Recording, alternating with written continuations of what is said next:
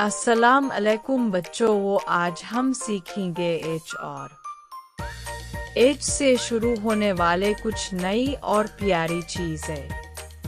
चालू शुरू करते हैं और मजा करते हैं।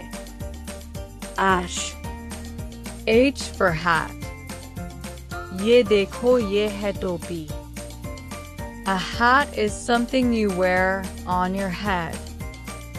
टोपी वो चीज है जो सर पर पहनी जाती है। Topi pano, cozy, cozy hat। Ash, H for horse। वाह, ये है घोड़ा। A horse is a big animal that runs fast। घोड़ा एक बड़ा जानवर है जो तेज दौड़ता है। Deko Kai's a high gallop horse। Ash, H for honey। Yummy yummy। ये है शहद। Honey is a sweet food made by bees। शहद एक मीठी चीज है जो मक्खियाँ बनाती है। Sweet sweet honey tasting tasting। Ash, H for house। Hello house।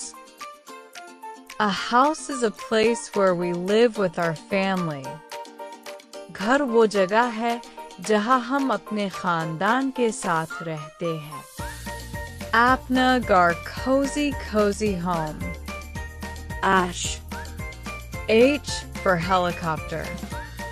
Wow, ये है helicopter. A helicopter is a machine that flies in the sky। Helicopter एक मशीन है जो आसमान में उड़ता है। Deko Kai's URTA high flying helicopter।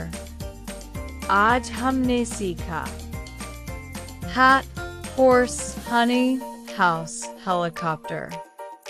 बहुत मजा आया बच्चों।